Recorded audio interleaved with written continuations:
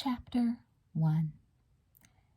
Jessica Wakefield looked at the small, unopened metal box and shook her head in disbelief. The last place she ever thought she'd discover buried treasure was in Ellen Reitman's backyard. It had been a cloudless Saturday afternoon in Sweet Valley. Jessica and Ellen were in the living room of Ellen's house watching a music video. Ellen's little brother Mark appeared in the doorway with tears in his eyes. Whiskers, the Reitman's cat, had attacked Mark's pet parakeet, Leon, and Mark wanted to have a funeral for the bird. He'd convinced Ellen and Jessica to help bury him. After locating a spot in the backyard under a tree, Mark started to dig. A few minutes later, the shovel hit something. "I think I hit a root," he said. "Let me try," Jessica said. "It feels like metal." She then scooped away some more dirt. Mark peered down at the hole. "It's a box," he said. Jessica got down on her hands and knees, and she and Ellen scraped away the rest of the dirt by hand. Very carefully, they lifted a small, rusty metal box out of the hole. It was sealed with a sturdy lock. "Wow," said Mark, "it's buried treasure." Jessica and Ellen exchanged glances. "Back up, Mark," said Ellen. "Let me see." As the girls stood staring at the box, Jessica knew that she and Ellen were thinking the very same thing. The last thing they wanted to do was share the contents of the box with Mark. Still, Jessica couldn't help feeling excited. A real buried treasure. She was dying to find out what was inside. "I want to open it," said Mark. "We can wait to bury Leon." He eagerly tugged at the lock. "Later," said Ellen. "Come on, Mark. We can't interrupt a funeral." As she pulled Mark back, he stumbled over Jessica's foot. Jessica let out a scream. "Ow! Watch it," she said. "That's my bad ankle." Several weeks earlier, she'd injured her ankle. Although she had completely recovered, she still worried about hurting it again. "Sorry," mumbled Mark. Jessica knelt down and rubbed her foot. Maybe this was just the distraction she and Ellen needed to get rid of Mark. She caught Ellen's eye and then moaned dramatically. "Oh," she cried, "I think you hurt it again." Mark shifted his weight and stared at the ground. "I didn't do it on purpose," he said. Jessica stretched out her arms. "Help me into the house," she groaned. "I need to put my foot up." "But what about the buried treasure?" said Mark. "And Leon?" "Don't you have any manners, Mark?" said Ellen. "You practically crippled Jessica, and all you're worried about is that stupid box."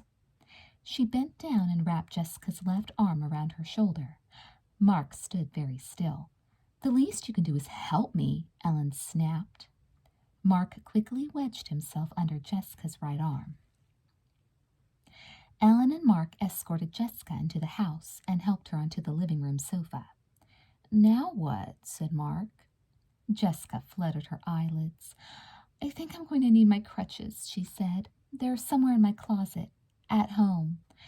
"But I hardly touched you," Mark said. Jessica sat up and rubbed her foot. "The doctor told me to be extremely careful." Ellen nodded in agreement. "Mark, since you hurt Jessica's ankle, you should go get her crutches." Mark glanced at the backyard. "But what about—" "Mark," said Ellen, "if Jessica has to go back to the doctor, you're going to be in really big trouble." Mark narrowed his eyes suspiciously. "Okay," he said, "but you better not open that treasure until I get back." "Don't worry about it," said Ellen. She and Jessica watched Mark rush out the front door and disappear down the street. Jessica immediately hopped up and ran toward the back door. "Hurry," she said. "We don't have much time."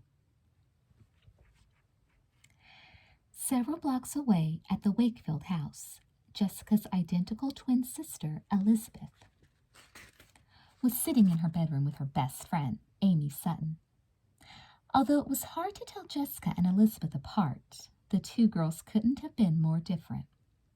Jessica lived for the moment and was interested in clothes, movie stars, and boys. Elizabeth, who was 4 minutes older, preferred books to music videos.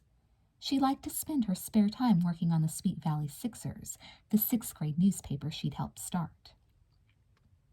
Elizabeth glanced over at Amy, who was sitting cross-legged on the floor, bent over a large sheet of poster board.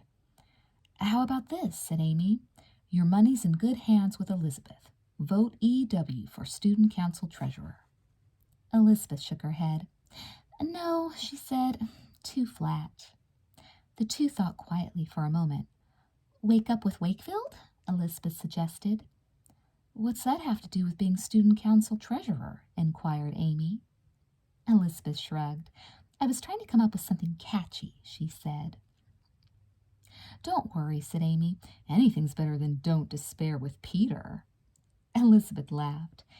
Peter DeHaven was her competition for Student Council Treasurer, and even Elizabeth, who was usually kind to everyone, had to admit that Peter was a little odd. Amy jumped up and hiked her pant legs way above her ankles. "Miss Weiler, I think you made a mistake on my math grade," she whined. "I should have gotten a 98, not a 97. She moved her eyebrows up and down like Peter. Elizabeth couldn't stop laughing. "Amy, that's not nice," she said. Just then the doorbell rang. "You'd better watch it," said Elizabeth. "That's probably Peter right now." She and Amy ran downstairs and opened the front door. It was Mark, Ellen Reitman's little brother. "What's wrong?" asked Elizabeth. Mark was out of breath. "Jessica needs her crutches," he said. "I accidentally bumped her ankle. It wasn't my fault." "Her bad ankle?" said Elizabeth. "Oh, no." "Is she in pain?" said Amy. "I'm not sure," said Mark. "I think she'll be okay. I hardly even touched it." Elizabeth relaxed a little. Jessica did have a tendency to be a bit overdramatic. Maybe she was just playing it safe by using her crutches. Mark stared anxiously upstairs. "Can I get the crutches now?" Elizabeth led Mark to Jessica's room. "Good luck finding them," she said, opening the door. Jessica's room was in its usual condition. Clothes were flung everywhere, and several dirty dishes and a crumpled cookie carton littered the floor. "Wow," said Mark. "I thought my room was bad." "Let's try the closet first," Elizabeth said. She dug around for several minutes. "What's this?" she said. She pulled out a large cardboard box and peered inside. "I don't believe it." The box was filled with chocolate bars. "She hasn't sold a single one," she said. The chocolate bars had been distributed to everyone in the 6th grade nearly a month earlier. They were supposed to be selling them to earn money for a class trip to Disneyland. "How's she going to sell all those chocolate bars by next week?" said Amy. It was her job to collect the money every week and give it to Miss Weiler, their homeroom teacher, for safekeeping. "Beats me," said Elizabeth. She began rummaging through the closet again. She said finally. "They're definitely not in here." Mark looked around the room. "How about under the bed?" he said. He ran over, pulled up the bedspread, and pushed several pairs of mismatched socks aside. He popped his head back out and grinned. "I found them," he said. He dragged the crutches out and quickly hurried down the stairs. "Bye," he called. Elizabeth looked anxiously down the stairs. "Mark," she said. Mark stopped. "Would you tell Jessica to call me?" she asked. Mark nodded. Elizabeth turned to Amy. "I hope she's okay." As soon as Mark had left the Reitmans, Jessica and Ellen carried the metal box up to Ellen's bedroom and locked the door. Now they were both bent over the rusty lock. "Hurry up," Jessica was saying. "He'll be back soon." Ellen pursed her lips and continued to saw at the lock with the hacksaw she'd found in her father's toolbox. "It's almost—" She tugged on the lock. "There!" The lock fell to the floor. "Shh," said Jessica. She cocked her head and listened for a moment. She wasn't sure if she'd heard someone. "Check the door," she whispered. Ellen peered out into the hall. "All clear," she said. She closed the door and locked it again. "Good," said Jessica. Very carefully she opened the lid. She blew away a layer of dust and dirt. "I can't believe it," whispered Ellen. On the top of the chest were a large pile of yellowed $20 bills, still in their wrappers. Underneath were 2 old photographs and some faded letters. Jessica snatched the money off the top of the pile and began counting. "How much?" said Ellen. Jessica couldn't believe their luck. $200, she said. She tossed the money in the air.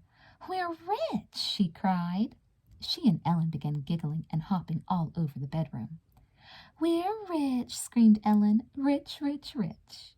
She danced around some more and then ran back over to the box. "Let's see what else there is," she said. "Maybe we can find out where the money came from." Trembling with excitement, the 2 girls removed the photographs and the letters. The photos were of a man and a woman. The woman was quite beautiful. She had dark hair and dark eyes and was seated in a carved wooden chair. Covering her shoulders was a silky-looking flowered shawl. Her dress draped gracefully to the floor. The portrait of the man was completely different. He had on coveralls and stood stiffly beside a tractor. His large hands clutched a garden rake. "Let's open the letters," said Ellen. Jessica removed the first one. It was written in neat, old-fashioned script. The date on it was March 13th, 1928. "Dearest Jane," it began. "Yes, I do remember the first time we met. You were about 8 years old. I was 9. Your father had brought you along to meet the new gardener, and I was outside our cottage, playing with some old bricks. Your father helped you out of the car and introduced us.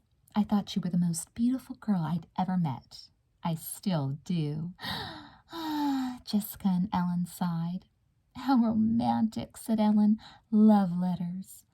Jessica read on.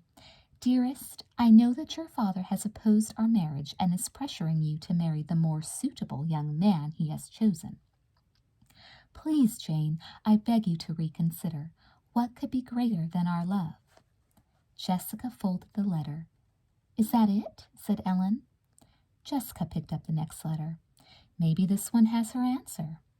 She quickly skimmed the contents. Uh-oh, not good. He tells Jane that if she loves him, she should have the courage to stand up to her father. He's proud to be the gardener's son. "I think she should marry the man she loves," said Ellen. "Don't you?" Jessica nodded and read through another letter. "Wow," she said. "Now he's begging her to elope with him. The $200 is money he'd saved so they could run away." "This is like a movie or something," said Ellen with a sigh. "I know," said Jessica. She read the last letter and frowned. "Listen to this," she said. "Dearest Jane, I wish only to spend the rest of my life with you. Meet me tonight at 6 o'clock under the grape arbor. I won't ask again, my dear Jane. No matter what happens, I will always love you. William." Ellen stared at the letters. "Is that the last one?" she said. Jessica nodded sadly. "Poor William. What do you think happened? Did she marry him or not?" "I think if she'd married him, she would have spent the money," said Ellen. "Maybe," said Jessica. "Or maybe she was rich enough not to need his money." They both sat quietly for a moment, still wrapped up in the story. Jessica picked up the $200. "What do you think we should do with the money?" she asked. "If we tell everyone what we found, then we have to share the money with Mark," said Ellen. "Right," said Jessica. "Or," said Ellen, "Mom would want me to find out who lived in this house before us and see if it's their money." Jessica and Ellen stared at the pile of bills. They each knew what the other was thinking. Jessica cleared her throat. "We could just tell Mark that all we found were some love letters," said Jessica. "That's true," said Ellen. "He doesn't have to know about the money. We'll just divide it, $100 apiece." Jessica quickly split it up. "Swear you won't say a word to anyone." Ellen put her hand on her heart. "I swear." She stuffed her share into her back pocket and unlocked the bedroom door. "Come on," she said. "Help me take this box back to the yard before Mark sees us." When When Mark hurried into the Reitmans' living room, he was relieved to see Jessica sitting right where he'd left her. "Here are your crutches," he said, thrusting them into her hand. "Elizabeth says you should call her." "Thanks," said Jessica. She delicately hoisted herself off the couch. "She's probably worried, right?" Mark nodded, then quickly looked around the living room. "Where's Ellen?" "Out in the yard," Jessica said. "She's trying to get that rusty old lock off the chest." Mark ran out the back door. He saw Ellen look up and wave at him. "Perfect timing," she said. "I just broke the lock." Jessica hobbled over. "Oh, good. Let's see what's inside." The girls opened the chest and rifled through the contents. Ellen said. "Just some old letters and photographs." Mark pushed his sister aside. "Let me see," he said. He peered inside the chest. "I guess it wasn't buried treasure after all," said Jessica. Mark looked at Jessica and then at Ellen. "Are you sure you guys didn't open this while I was gone?" he asked suspiciously. "Of course not," said Ellen. "What do you think we are?" She swung her gaze over to the tiny cardboard box still sitting on the lawn. "What about Leon?" she said. "Are we going to bury him or not?" "I guess so," Mark muttered. He sighed and picked up the shovel. Even though everything looked perfectly normal, something still didn't seem right to Mark. He suspected that somehow he'd been tricked.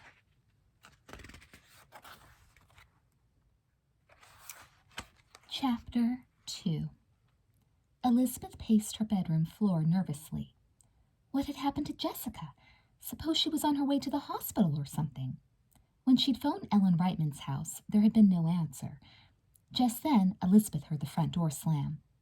"I'm home," called Jessica. Elizabeth raced to the top of the stairs. "Jessica, are you okay?" Jessica looked up in surprise. "Of course. Why?" She suddenly remembered her ankle, and that she'd forgotten to call Elizabeth. "Oh, Lizzie," she said, clapping her hand over her mouth. "I forgot, didn't I?" "I've been so worried all afternoon," said Elizabeth. Jessica threw down a pile of packages. "False alarm," she said apologetically. "I feel fine now." "Thank goodness," said Elizabeth. She was so relieved that she sat down with a thud on the stairs. Jessica stared at Elizabeth. "You really were worried, weren't you?" she said. "Of course I was," Elizabeth answered. "If I didn't hear from you in another 5 minutes, I was going to call Mom, or maybe even the police. No one even knew where you were." Jessica sat down beside Elizabeth and gave her a hug. "I'm really, really sorry, Lizzie," she said. "My ankle just felt so much better that Ellen and I decided to go to the mall." Elizabeth smiled and shook her head. "So I noticed," she said, staring at the pile of packages. She playfully punched Jessica's arm. "I thought you didn't have any money." "I don't," Jessica replied quickly. "These things belong to Ellen. I was just carrying them for her." Elizabeth looked doubtfully at her sister. "I don't get it," she said. "Why did you bring them here?" "You won't believe what happened today," Jessica said, changing the subject abruptly. She grabbed one of the bags and pulled out a brand new Walkman. "I found this at the mall." "Jess," exclaimed Elizabeth, "you actually found it? That's incredible." Several weeks earlier, Jessica had carelessly left her own Walkman outside, and it had been ruined in the rain. She'd been begging her parents for a new one ever since, but they weren't about to give her a second chance. "It is incredible," Jessica said, shaking her head, "but it's true. It was sitting in the shopping bag on a bench outside Sweet Valley Fashions." "You're so lucky," said Elizabeth. "It's exactly like the one you ruined, too." "I know," said Jessica. She stood up abruptly and began to gather the packages. "Thanks for worrying about me," she said. "I'm sorry I forgot." "That's okay," Elizabeth replied with a grin. "I should have known my goofy sister would forget completely about calling." "The student council elections are just 2 weeks away. Who are you going to vote for as president?" Julie Porter asked Elizabeth in school on Monday. They were in their weekly cooking class, making mini pizzas. Elizabeth sprinkled flour on the dough and picked up a rolling pin. "That's easy," she said. "Olivia Davidson." "Me too," said Julie. Olivia was sure to win the election, Elizabeth thought. She didn't even know who Olivia was running against. Have you written your speech? Julie asked. Not yet, said Elizabeth. Amy's my campaign manager, so she wants to help with it. Aren't you nervous about giving a speech in front of the whole school? Said Julie. I would be. Elizabeth nodded. I'm trying not to think about that part. She finished rolling out the dough. Now what? Julie looked at the recipe. We spread on the tomato sauce. A commotion broke out on the other side of the room. Gross! Someone shouted. The entire class rushed over to see what was going on. Peter DeHaven was staring sadly at his pizza. His partner, Charlie Cashman, pointed an accusing finger at him. He's putting dead flies in there, he said. I am not, shouted Peter. Mrs. Gerhardt, the cooking teacher, clucked her tongue. Shame on you both, she said. She clapped her hands loudly. Everyone, please, back to your cooking stations. Elizabeth could hear a lot of snickering as she and Julie returned to their tomato sauce. I feel sorry for Peter, said Julie. Everyone always picks on him. I know, said Elizabeth. She thought about how she and Amy had made fun of him the other day and felt guilty. He's not that bad, really, she added. Just weird, that's all. As soon as the bell rang, Elizabeth and Julie made their way down the hall to homeroom. Ms. Weiler's classroom was at the other end of Sweet Valley Middle School, and with only 5 minutes between classes, Elizabeth always felt as if she were rushing. She heard someone calling her name and turned. Hi, Amy, she said. How's this? Said Amy. Elizabeth makes sense. Get it? C-E-N-T-S? S-E-N-S-E? That's cute, said Julie. Amy beamed. It came to me while I was doing my math homework. That makes sense, said Elizabeth with a grin. All 3 girls groaned. They walked into the classroom just as the bell rang. Ms. Weiler waited for everyone's attention. Before we begin, is there any candy money this week? She said. Elizabeth was surprised to see Jessica raise her hand. As usual, Jessica was sitting on the other side of the room with Leela Fowler and Ellen Reitman. All 3 girls belonged to the exclusive Unicorn Club. The unicorns knew they were popular and always acted like they were special. Jessica waved a $5 bill. Here, Miss Weiler, she said. Elizabeth frowned. She hadn't remembered Jessica going out to sell candy since Saturday. Now Ellen Reitman was waving a $5 bill. Might as well turn mine in also, Ellen said. Miss Weiler looked really pleased. Good work, she told the class. She handed the money to Amy. Please make sure this goes into my locker sometime today, she said. Miss Weiler opened her math book. Class, let's turn to page 59. As Miss Weiler droned on, Elizabeth absent-mindedly scribbled on her notebook. Elizabeth makes sense, she wrote. She smiled and then filled in the letters with red magic marker. Amy had come up with a great idea, she thought. It would be a perfect campaign slogan. After school, Amy came over to the Wakefields to help make posters. We'll put them up tomorrow, she said. Maybe we can even get Ken to help. Ken Matthews was Amy's sort of boyfriend. Amy carefully sprinkled a little red glitter across Elizabeth's name. This will help your name stand out, she said. Elizabeth hesitated. It seemed so flashy to her. Are you sure? She asked. How else are people going to notice it? Amy asked. I guess, said Elizabeth. She looked at the small clock on the dresser. It's 6 o'clock already. Can you stay for dinner? Sure, said Amy. Let me call my mom. Elizabeth ran downstairs to ask her mother's permission. As she burst through the door, she said, What smells so good? Frozen pizza, her mother replied. Mrs. Wakefield worked part-time as an interior designer and didn't always have time to cook. Oh, no, said Elizabeth. What's the matter? Her mother asked. I thought you liked pizza. Jessica wandered in from the living room, wearing Elizabeth's favorite pair of sweatpants.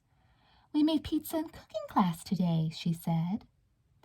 The twins' older brother, Stephen, stuck his head in the door. And we had pizza for lunch, he added. Stephen was a freshman at Sweet Valley High. Mrs. Wakefield sighed. Oh, maybe we should go to the Dairy Burger. The Dairy Burger was the popular hamburger stand where the high schoolers hung out. Sometimes the unicorns held their meetings there. "Can Amy come?" asked Elizabeth. "Fine with me," said Mrs. Wakefield. "Your father won't be home until late." Mr. Wakefield was a successful lawyer in Sweet Valley. Sometimes his busy practice kept him at his office until late in the evening. 10 minutes later, Mrs. Wakefield pulled into the Dairy Burger with Elizabeth, Amy, Jessica, and Stephen. Outside, a group of teenagers were sitting on a car hood, talking. Stephen immediately noticed several people he knew and realized he didn't want to be seen with his mother. "I'll go in and order, Mom," he said. "We can eat in the car." "I thought we'd eat inside," said Mrs. Wakefield. She opened the door and got out of the car. Jessica could tell what Stephen was thinking. "That's okay, Mom," she said. "Stephen and I can go and bring the stuff back to the car." Mrs. Wakefield headed for the door. "Don't be silly," she said, and walked purposefully into the Dairy Burger. Jessica looked at Stephen and shrugged. No point in making a big deal about it now. Soon they were all sitting in a booth near the front. Stephen ordered 2 Dairy Deluxe burgers and 2 orders of fries. He finished everything in less than 5 minutes. "Charity?" he asked, reaching for Elizabeth's fries. Elizabeth slapped his arm. "I'm not finished yet," she said. He turned to Jessica, who put her hand protectively over her fries. "Don't be such a pig, Stephen," she said. "Stephen," said Mrs. Wakefield, "if you chewed more slowly, you'd fill yourself up a little better."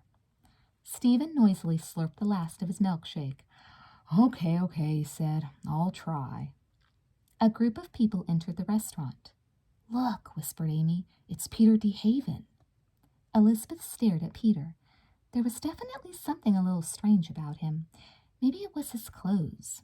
Most of the time he wore the same pair of brown pants with a matching belt and sturdy Oxford shoes. Tonight, though, there was something different about him. Amy giggled. "Look at his pants." Elizabeth leaned forward. Instead of the usual pants and belt, Peter had on a new pair of brightly colored surfer shorts. He looked pretty silly in them, especially since he still had on his brown socks and brown shoes. Most embarrassing of all, though, was the price tag that dangled from his back pocket. Jessica looked at Elizabeth and Amy and rolled her eyes. Stephen snorted into his milkshake container and tried not to laugh. Jessica began to snicker loudly. Peter looked over at her and realized that all eyes were on him. He shifted his weight uncomfortably and stared glumly at the floor. One of the high school boys walked slowly past.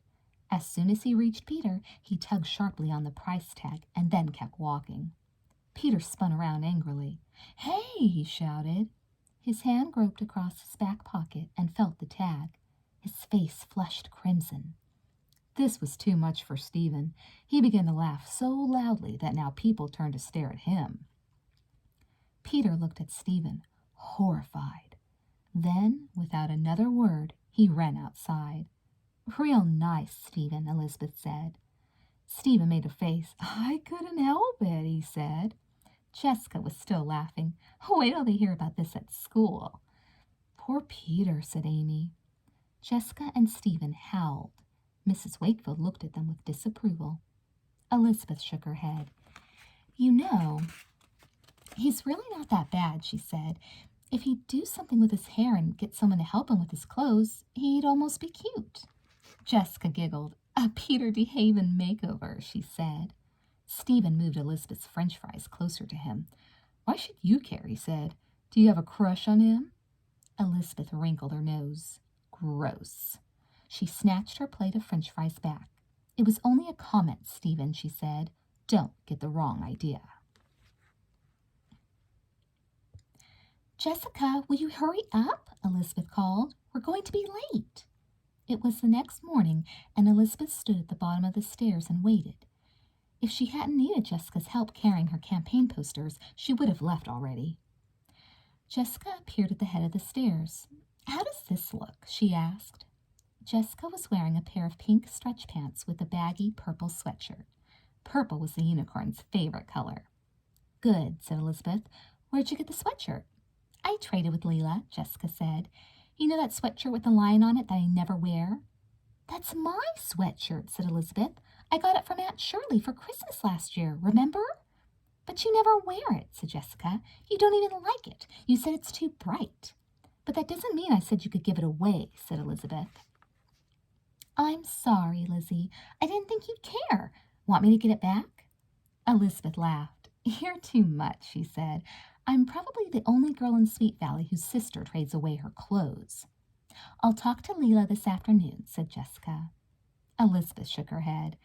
Okay, but now let's just go, she cried. Later, as Elizabeth hurried down the hall, she noticed that several people had already put their campaign posters up. Olivia Davidson's were beautiful. Olivia was an excellent artist, and she'd obviously done all the work herself. Elizabeth spotted Peter DeHaven hanging a poster near the cafeteria. She decided to take a quick peek. Hi, Peter, she said. Peter jumped when he heard his name. Oh, hi, Elizabeth, he said, turning around. He pointed to his poster. What do you think? Elizabeth stared at his poster. It looks boring, she thought. It looked as though he'd scribbled his campaign motto on with pencil. She was glad Amy had talked her into using a little glitter. It's nice, she said. She stared uncomfortably at the floor. Peter, you got new shoes. Peter looked at his feet. Yup. Elizabeth had never seen him in a pair of sneakers.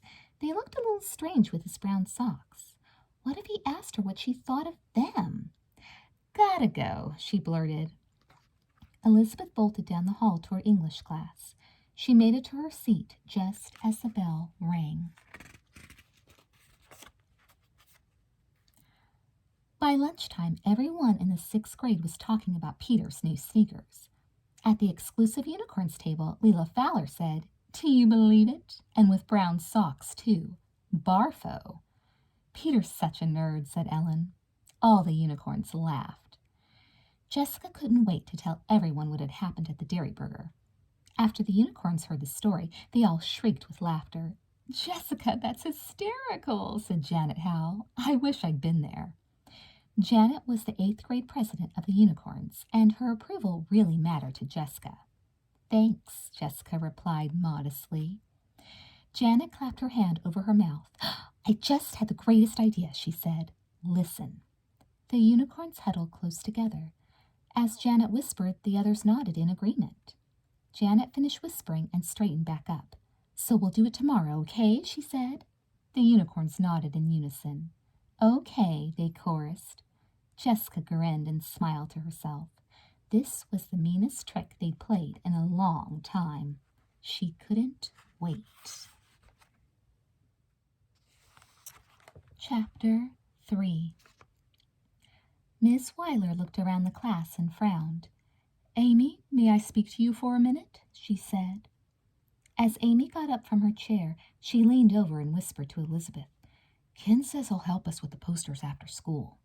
Great, said Elizabeth. Miss Weiler waited until Amy was beside her desk. Amy, she said quietly, did you remember to add yesterday's candy money to the amount in my locker? Amy clapped her hand over her mouth. Sorry, Miss Weiler, she said. It's still on my desk. I'll get it. Miss Weiler put her hand on Amy's arm. No, wait, she said. She lowered her voice. I'm afraid the money for the class trip has disappeared. Amy gasped. But it was there last week, she said. I took the key from your desk and put the money into the cigar box in your locker myself. Miss Weiler looked distressed. And when I went to get something from my locker this morning, the cigar box was missing. I don't know what we're going to do. I've looked everywhere. Amy felt terrible. She was supposed to be in charge of that money, and now it was gone. What were people going to think? Miss Weiler got the class's attention. I have some very bad news, she said. It appears that someone has taken our candy money. Everyone began talking at once. You mean somebody stole it? Shouted Charlie Cashman. I'm afraid so, said Miss Weiler. The last time Amy or I remember seeing that cigar box was last week. Amy stood uncomfortably next to Miss Weiler's desk. But what about our trip to Disneyland? Asked Julie. Miss Weiler sighed. Unless the money is returned, there won't be a trip to Disneyland. The class reacted angrily. "I sold a lot of candy bars for that trip," said Ken Matthews. Other people in the class nodded in agreement. "We've been planning for months," said Pamela Jacobson. "Yeah," said Jerry McAllister. "What sort of creep would take our money?" Miss Weiler shook her head. "I'm really sorry about this," she said. "I thought the money would be safe in my locker." Everyone continued to grumble. Elizabeth shot a sidelong glance at Jessica. She looked as upset as the rest of the class. As soon as the bell rang, Elizabeth saw Jessica and Ellen Reitman huddle together and start whispering. Elizabeth wondered what the big secret was. When Elizabeth walked over to her, Jessica quickly straightened up. "What do you want?" "Nothing," said Elizabeth. She stood there with her arms wrapped around her books, not sure what to say next. "Isn't it awful about the class money?" Leela Fowler came over. "Ooh, Ellen," she said, "where'd you get those earrings? They're the same ones the lead singer in Toy Car has, right?" Ellen pulled her hair away from her ears to reveal an elegant pair of gold and silver dangles. She looked at Jessica. My aunt gave them to me," she said. Leela shrieked. "You're so lucky. They're gorgeous. I saw a pair like them at the mall. They cost a fortune." Ellen looked at Jessica again and smiled. "Giorgio Fabio designed them," she said. "Let's go, Ellen," said Jessica sharply. Elizabeth watched as the two girls left the classroom and hurried down the hall. They were being so secretive all of a sudden. What were they up to? A horrible thought occurred to Elizabeth. It was a little strange that Ellen and Jessica had both shown up with expensive new things around the same time that the class money had disappeared. First Jessica's Walkman, and now Ellen's earrings. Elizabeth shuddered at the thought, but she knew it was impossible. Jessica did some crazy things, but she would never steal. Elizabeth dismissed the thought from her mind. "Earth to Elizabeth, Earth to Elizabeth," said Amy, cupping her hands like a megaphone. Elizabeth snapped back to reality. "Sorry," she said. "I was thinking about something." "Time to put up posters," said Amy. Ken was standing next to Amy. "I heard you needed someone tall," he said.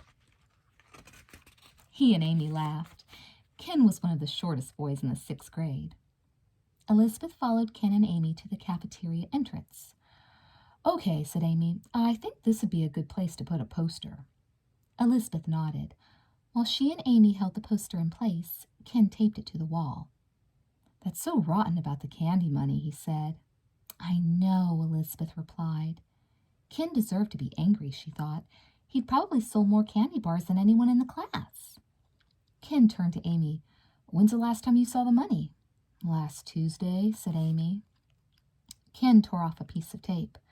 "So sometime between last Tuesday and this Tuesday, the money disappeared, right?" he said. "Last Tuesday and today," said Amy. "I hadn't added yesterday's money yet." "Why not?" said Ken. Amy narrowed her eyes. "Because I forgot, Ken," she said. "Do you mind?" Ken finished putting up the last piece of tape. "I just can't believe that a big cigar box like that could disappear," he mused. "First of all, it was inside Ms. Weiler's locker, inside the faculty room. No one's even allowed in there unless they have permission." Amy fidgeted uncomfortably. What was Ken trying to say? Elizabeth cut in. "But everyone knows that Miss Weiler keeps her locker key in her desk," she said. "Anybody could have taken it and gone to the faculty room when no one was watching." "I guess," said Ken. Amy grabbed the stack of posters. "Come on," she said. "We've got a lot more to do." She stomped into the cafeteria. "What's wrong?" said Ken, catching up to her. "Nothing," said Amy. "Just forget it." Outside the Reitmans' house, Mark was riding his bike in a large circle and thinking. Something strange was going on. It had been several days since he, Ellen, and Jessica had found the metal box, but the girls still hadn't told anyone. And when Mark started to tell his parents about it during dinner, Ellen had kicked him under the table. Later she said he shouldn't say anything because she and Jessica didn't want to return the letters to their original owner. He couldn't understand it. What was the big deal about a bunch of letters? Mark stared down the street. Ellen wouldn't be home from school for another 15 minutes. Maybe now was his chance. He parked his bike and ran inside. Seconds later, he was sitting on Ellen's closet door, examining the chest. Inside, everything looked the same. He picked up the packet of letters, took out the first one, and started to read. Yuck! This was the one that Jessica and Ellen had gotten all mushy over. He stuck the letter back in its envelope and opened the next one. It was hard to decipher the handwriting, but he managed to get through it. By the fourth letter, Mark started to feel discouraged. Who cared about this mushy stuff anyway? Dearest Jane, the letter began, I saved this money so that we might begin a life together. I know $200 may not seem like a fortune to you, but it's enough to get started. Mark stopped. What $200? He hadn't remembered this letter. Could this be what Jessica and Ellen were hiding? The front door slammed. Anybody home? Called Ellen. Mark squeezed himself into the back of the closet. If Ellen caught him in there, he'd be dead. He could hear her running up the stairs. I guess nobody's here, she said. She walked into her room and slammed the door. Guess not, said someone else. Mark strained his ears. It was Jessica. How much were those earrings? Said Jessica. $55, said Ellen. Thanks for reminding me. I can't let Mom see them or she'll ask where I got them. Mark heard the dresser drawer open and close. There, said Ellen. She'll never find them. Do you think we should have told Mark about the money? Said Jessica. Why should we? Said Ellen. He's just a little kid. Mark stiffened. He hated to be called a little kid. But he's pretty good about keeping secrets, said Jessica. He is not, said Ellen. Remember when I told him that I liked Travis Taylor and he swore not to tell anyone? Oh, yeah, said Jessica. You're right. Besides, we'd have to share the money with him. Inside the closet, Mark shifted quietly. So there had been something more than love letters. He knew it. I'm going to change, Ellen said. Mark panicked. He squeezed himself as far back as he could and held his breath. The closet door opened. What should I wear? Said Ellen. She rattled a few hangers. How about your white and purple sweatshirt? Said Jessica. Mark stared at Ellen's knees. Nah, said Ellen. I don't like it anymore. She pulled something else off a hanger. Where are my tennis shoes? She said suddenly. Mark felt Ellen's hand grope across the closet floor. She grabbed his sneaker and stopped. Mark's heart started to pound. What's this? Cried Ellen. She thrust back the hangers and revealed Mark. Oh, hi, Ellen, he said. Ellen grabbed his shirt and pulled him out of the closet. You little brat, she screamed. You were spying on us, weren't you? Mark squirmed uncomfortably. Let go of me, he said. Ellen noticed the open treasure chest. What have you been doing in here? She said. You're ripping my shirt, said Mark. Leave me alone. Jessica gasped. He must have heard what we were talking about. Ellen tightened her grip. What did you hear? Mark was getting angry. Nothing, he said. Just leave me alone. Not till you tell us what you heard, she said. Mark howled. He'd had enough. Everything, he yelled, wriggling free of his sister's grip. And if you don't give me my share of the money, I'm telling Mom. Ellen stopped. You wouldn't dare, she said slowly. Mark didn't move. Want to bet? Ellen looked at Jessica. Mark Reitman, she said. If you say one word, you're going to regret it for the rest of your life. Mark clenched his fists. Then give me my money, he said. Ellen tried to grab Mark's shirt again. Help, he screamed. He ran down the hall to his room, slammed the door shut, and locked it. Ellen chased him, then pounded her fists on the door. Open up, she shouted. Never, said Mark. Not in a million years. Give me my money or I'm telling Mom. Ellen stopped pounding. You'll be sorry, she said. Just wait. She stormed back to her room and slammed the door. Don't worry, Jessica, she said breathlessly. I have a plan. Elizabeth walked slowly up the street. With Ken's help, putting up the posters had taken no time at all. She was home from school much earlier than she'd expected. Suddenly she remembered her campaign speech. Maybe this would be a good time to work on it, even though Amy wasn't around. Speeches were scheduled for next week, and she still had no idea what she was going to say. Elizabeth walked in the front door. "Anybody home?" she called. There was no answer. She took a can of soda from the refrigerator and then sat down at her desk. She turned on her typewriter and inserted a clean sheet of paper. "My name is Elizabeth Wakefield, and I'm running for Student Council Treasurer," she typed. "I think you should vote for me." She glanced at Jessica's room and frowned. Had Jessica remembered to get back her sweatshirt? She finished the sentence. "Because I'll do a good job." Elizabeth made a face. "Yuck," she said. "Too stuck up." She backed up the typewriter carriage and put X's over what she just typed. She stared at Jessica's room again. Maybe she'd better go look for the sweatshirt. She stood up, walked into Jessica's room, and opened her closet door. On the floor were the shopping bags Jessica had carried home the other day. Several brand new pairs of knee socks and a pale orange and purple sweatshirt hung out of one of the bags. Why hadn't Ellen come to pick them up? Elizabeth pushed the clothes aside and was surprised to discover Jessica's box of candy bars on the floor of the closet. Hadn't Jessica given Miss Weiler $5? Why was the box still full? Elizabeth picked up the shopping bags again. She gasped. Inside one of the bags was a receipt for a Walkman. Suddenly, Elizabeth felt sick. Jessica hadn't found the Walkman at all. Where had Jessica gotten the money? With an anxious sigh, she flopped down on Jessica's bed. Stay calm, she told herself. Jessica wasn't the type of person who would steal. There had to be a good explanation for all this. Elizabeth took a deep breath and tried to think clearly. There must be an easy solution. Maybe she didn't hear it correctly. She'd simply asked Jessica again where she'd gotten the Walkman. She was sure Jessica would tell her the truth. Elizabeth stared down at a pile of clothes next to the bed. She retrieved her sweatshirt from the bottom of the heap. Elizabeth tried to smile as she headed back to her room. By tonight, this whole thing would be all straightened out, she told herself. Chapter 4. Mark leaned his ear against the door and listened. Ellen had finally stopped pounding. Down the hall, there was some whispering and then silence. What were Jessica and Ellen up to? Mark stared at his clock. How long would he have to wait before he could exit his room safely? "See you later, Ellen," he heard Jessica say. The front door slammed shut. He wished his mother would hurry up and come home. At last, Mark heard a car pull into the driveway.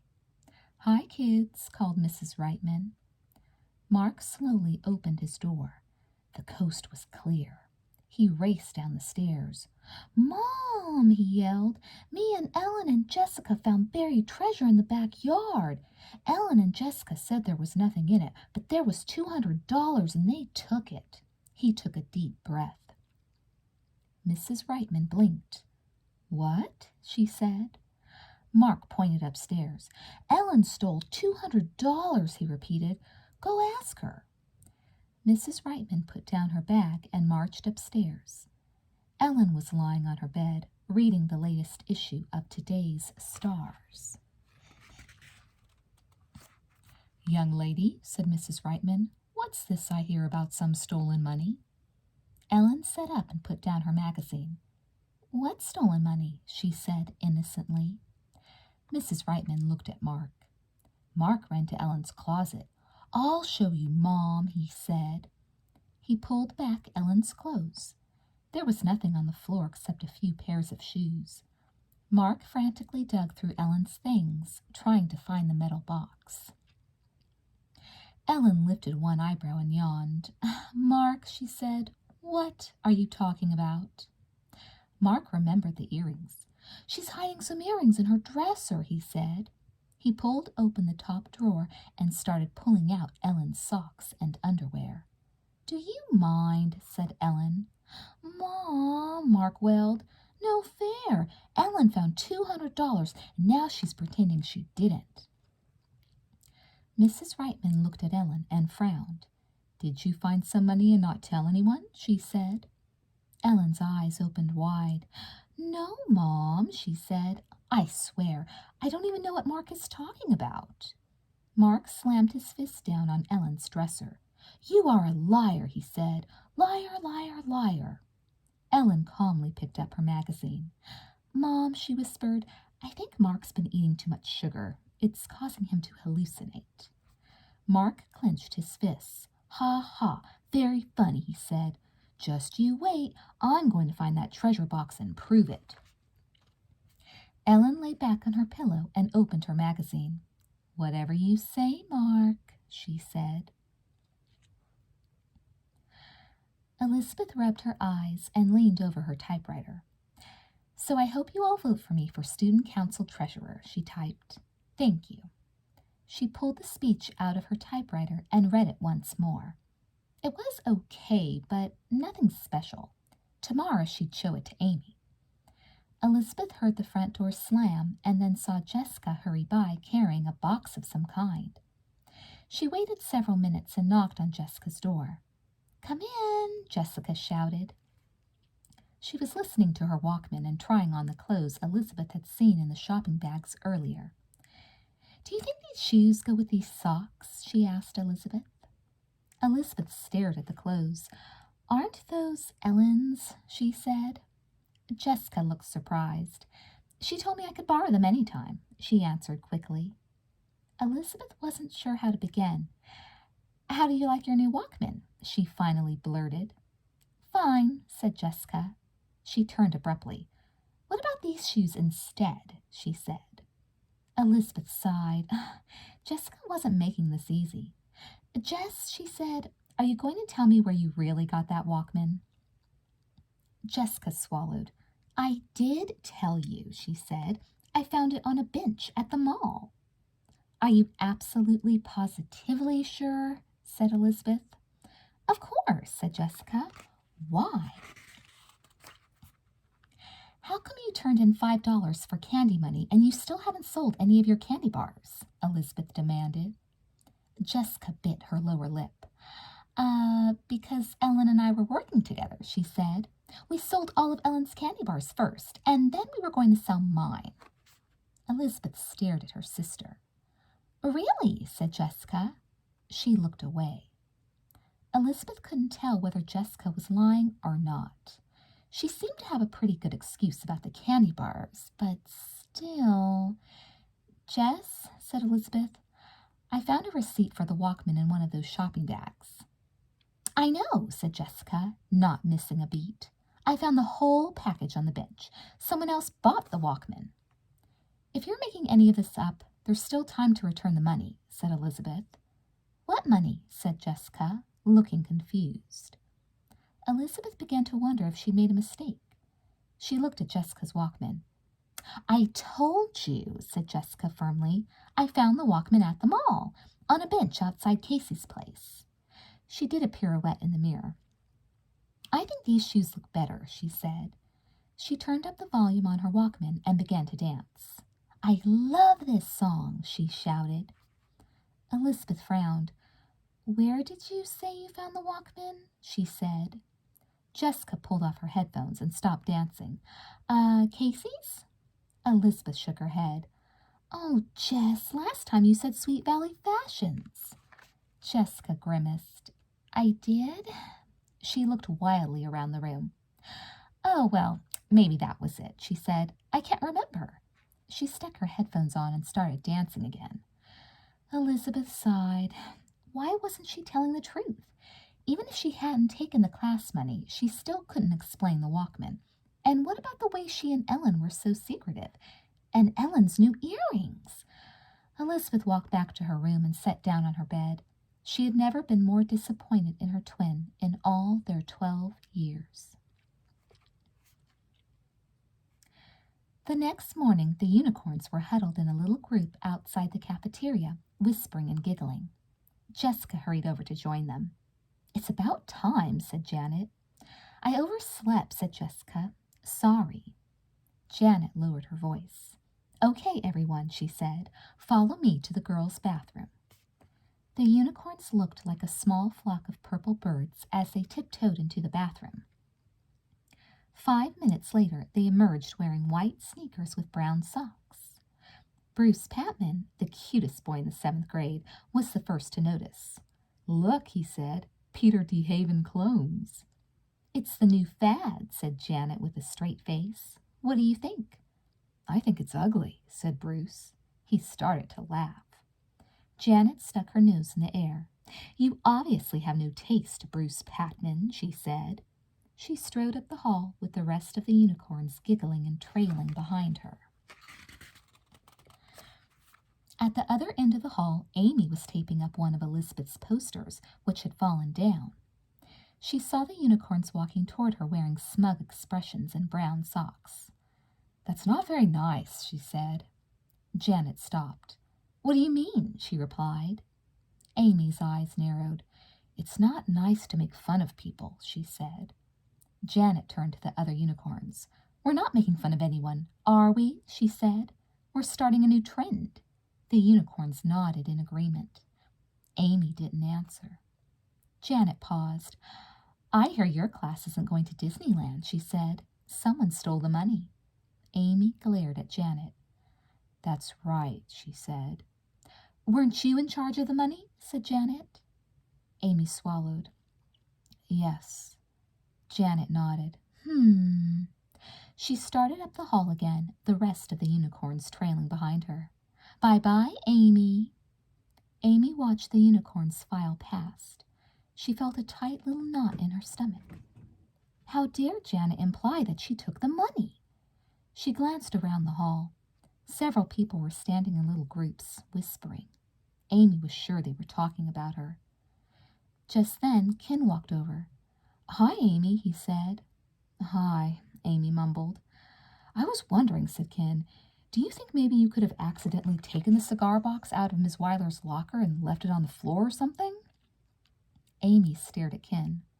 What's the matter? He said. Amy felt tears start to well up in her eyes. Nothing, she blurted.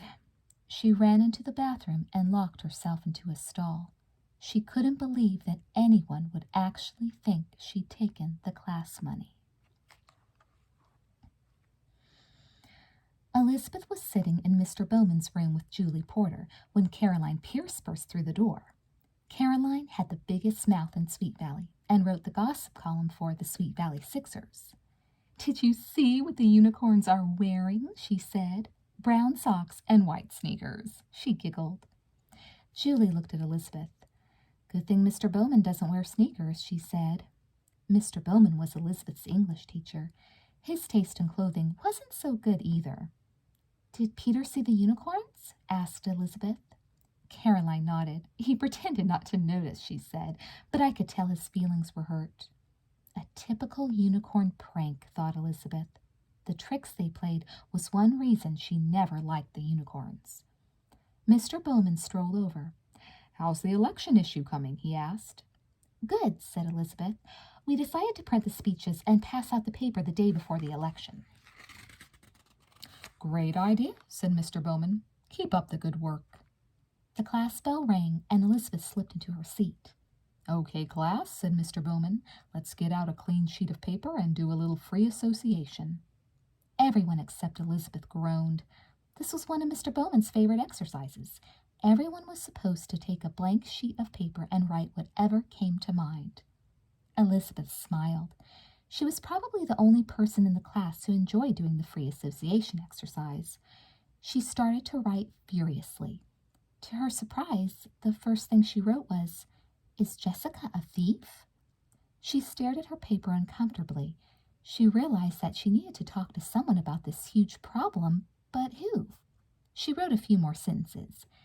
Dear Abby, I am a 12-year-old girl. I have a twin sister who I think stole some money, but every time I try to bring it up, she changes the subject.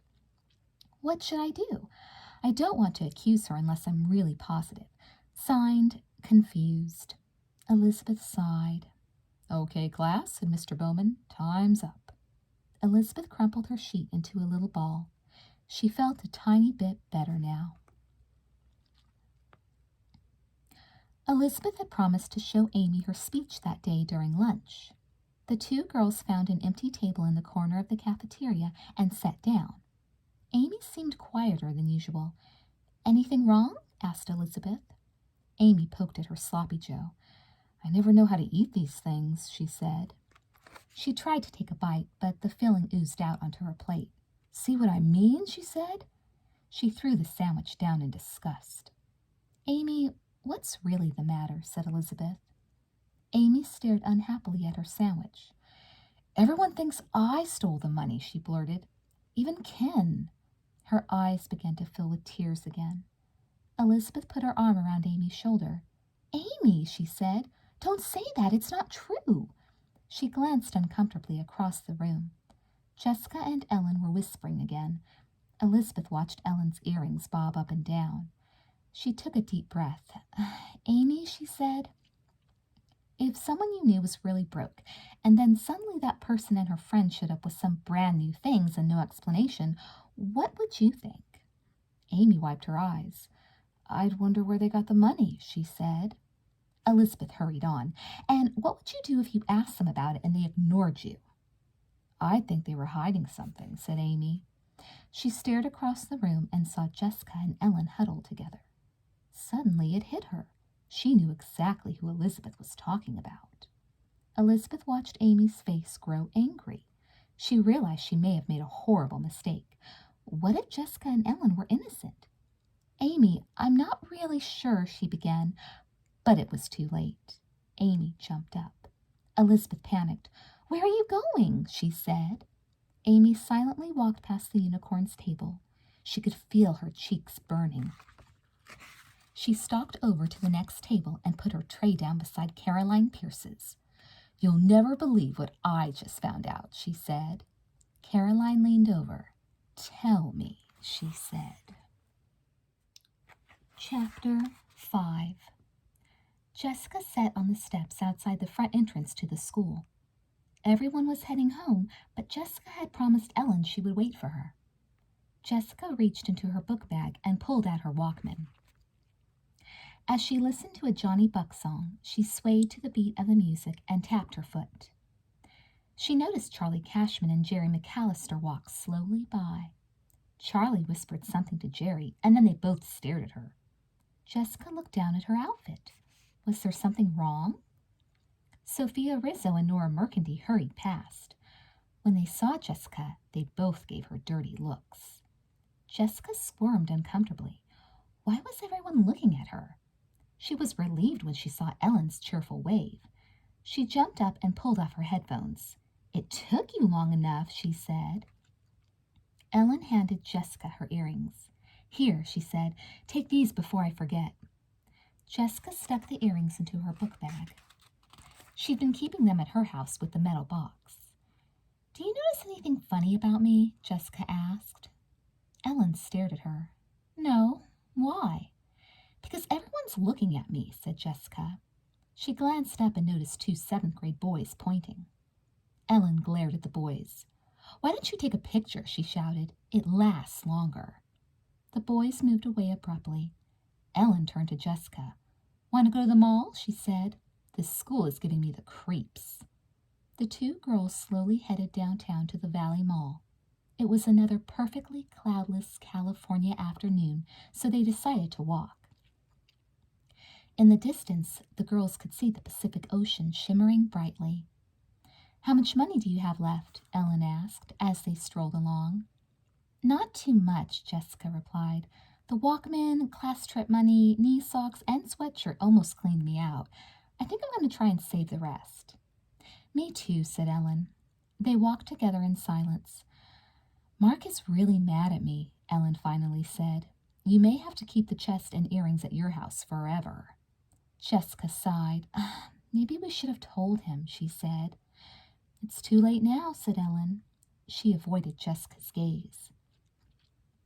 I was thinking, said Jessica, what happens if the owner of the chest comes to get it?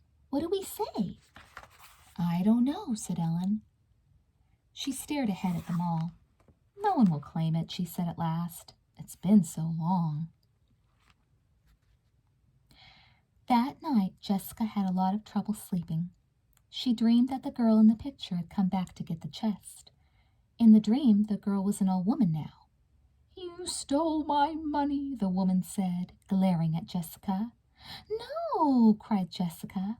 She tried to run away, but the old woman grabbed her arm and held on with her long, bony fingers. "Help!" screamed Jessica. She awoke with a start and stared at her arm. What if something like that were to really happen? Jessica got out of bed, tiptoed down to the kitchen, and poured herself a glass of orange juice. As she sat quietly in the airy darkness, she had another terrible thought. What if the woman were buried in Ellen's backyard next to the chest? That would make them both grave robbers. They could be arrested and thrown into jail. Jessica gulped down the rest of her juice and hurried back to bed. She slid as far as she could under the covers. Outside, a tree branch tapped steadily against the side of the house. Jessica pulled her pillow over her ears and squeezed her eyes shut.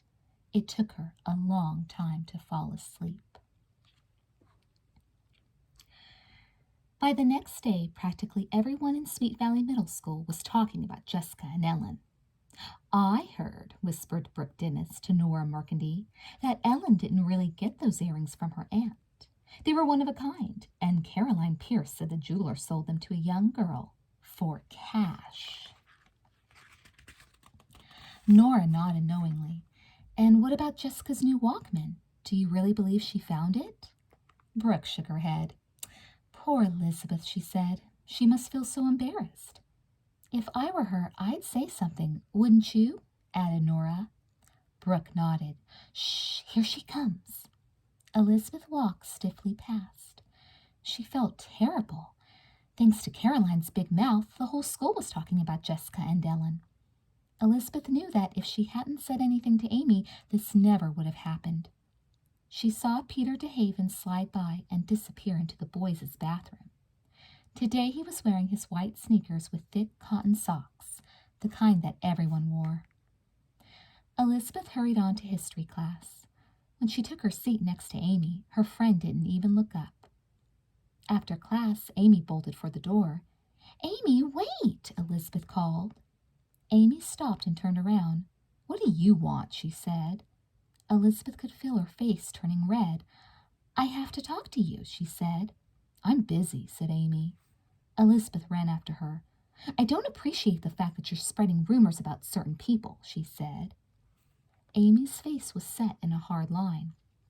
"They're not rumors," she replied. Elizabeth grimaced. "We don't know that for sure," she said. "And besides, I told you something in confidence and you blabbed it to Caroline Pierce. You may as well have printed it in the newspaper." Amy shrugged. So I thought I could trust you," said Elizabeth. "Stop trying to defend your sister," Amy said loudly. "She's a thief and you know it." Elizabeth's cheeks burned. Several people walking by slowed down to listen.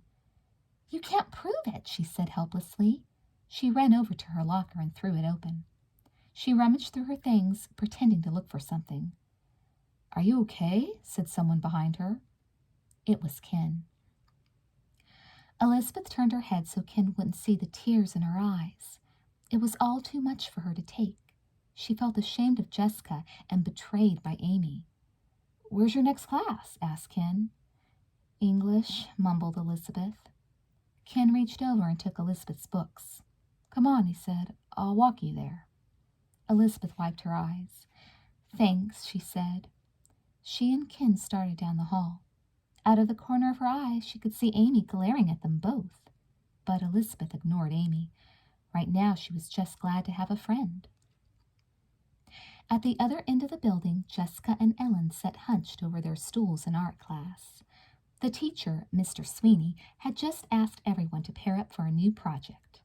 Ellen leaned over and whispered in Jessica's ear, "Is everyone still treating you like you have leprosy?" Jessica nodded glumly. "Leela hasn't talked to me all day," Ellen said. "I don't get it." She glanced nervously around the room. "Yesterday, Caroline asked me about the earrings. She wanted to know if they were the same pair she'd seen at the mall. This morning, Brooke said she couldn't believe I found a Walkman," Jessica added. Mr. Sweeney cleared his throat. "Students, please pay attention," he said. "This means you, Ms. Reitman." Ellen stopped whispering and sat back. "Now that we've done some drawing of faces we've seen in magazines, we're going to try drawing our partners." Everyone groaned. "Students, please," said Mr. Sweeney. This is merely an exercise in observation. Please don't worry if your portrait isn't accurate. It took masters like Rembrandt years to perfect this craft." Jessica quickly drew a long, thin face with beady eyes and short black hair. She added horns to the head and 2 long fangs to the mouth. Underneath it she wrote, "Portrait of Mr. Sweeney by Jessica Rembrandt." She slid the picture over to Ellen. Ellen began to giggle uncontrollably. "Miss Reitman," said Mr. Sweeney, "what's so amusing?" "Nothing, Mr. Sweeney," choked Ellen. Her eyes began to water. With her back to the teacher, Jessica looked cross-eyed at Ellen and stuck out her tongue. "No laughing," she whispered. Ellen snorted out loud. Mr. Sweeney put down his piece of chalk. "Let's see what's got you two so entertained," he said. Before Mr. Sweeney could reach their table, Ellen grabbed the piece of paper and stuffed it under her sweater. "Ellen!" exclaimed Jessica. Several people started laughing. Mr. Sweeney held out his hand. "Hand it over," he said. The class snickered. Soberly, Ellen removed the drawing. Mr. Sweeney spread it on the table and studied it for several seconds. Then he crumpled it up and threw it into the wastebasket. "In the future, Miss Wakefield," he said, "please try to spend more time listening and less time amusing Miss Reitman." No one in the class said a word. Jessica stared at the table. She didn't dare look at Ellen. Mr. Sweeney clapped his hands together. "Now then," he said briskly, "where were we?" Later that afternoon, Amy was on her way to booster practice when Ken stopped her in the hall. "Hi, Amy," he said. "Hi," said Amy without stopping. Ken followed her down the hall. "Is something the matter?" he asked. Amy knew she shouldn't let it bother her, but it did. "Why did you walk Elizabeth to class?" she blurted. Ken looked at Amy in surprise. "Because she was upset," he said. "She's your best friend, and I don't think you treated her very nicely." Amy turned angrily. "Since when is that your business, Ken?" she said. "It is my business," he replied. Amy stared at Ken. Why was he defending Elizabeth? A horrible thought occurred to her. What if Ken was doing this because he liked Elizabeth? Now Amy's face turned red. Without another word, she rushed off to the gym. All during Booster Club practice, Amy thought about her conversation with Ken. On the other side of the gym, she could hear the basketball team practicing. Everything was starting to make sense now. The way Ken had been so nice to Elizabeth when they were putting up posters the other day, the way he smiled at Elizabeth when they were together. Amy heard Janet, the booster captain, calling her name. "What's with you today?" said Janet. "You've been late starting every single cheer." Amy looked down at the long line. "Sorry," she said. She tried to concentrate. At the other end of the squad, Jessica and Ellen were dragging their pom-poms through the next routine. Amy gritted her teeth and did a forward flip. "Go, Sweet Valley," she shouted, right on cue. She peeked over at Ken. If only she could get him to like her again. She felt herself getting angrier and angrier with Elizabeth. There must be something she could do, she thought. Maybe if there was some way to make Ken jealous. After practice, Amy hurried to Mr. Bowman's room. Elizabeth and Julie were still there, working on the paper. "Listen, Elizabeth," said Amy coldly. "I've decided I can't be your campaign manager anymore. I don't think the student council treasurer should have a thief for a sister." Elizabeth looked shocked. "But—" "I'm sorry," Amy interrupted. She turned on her heel and walked out the door. In the library, Amy found Peter hunched over a stack of albums in the record corner. He was wearing a pair of oversized earphones and intently reading one of the jacket covers. Amy pulled up a chair and sat down beside him. Peter looked up abruptly. "Hi there," Amy grinned. "What are you listening to?" Peter pulled off the earphones. "Johnny Buck," he replied. "Johnny Buck?" said Amy. Peter gave a serious nod.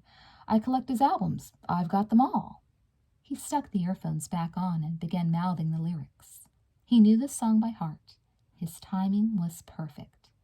"That's not bad, Peter," said Amy. He smiled and tapped his foot. Amy looked down at his sneakers. "Nice shoes," she said. "They look much better with white socks, too." "Thanks," said Peter. He banged his ballpoint pen against the library cart and kept time with the record. Amy pushed her chair closer. Peter, she said, could I interrupt you for a minute? Peter lifted up the record needle. Amy took a deep breath. I was wondering, she said, have you ever thought about having a campaign manager?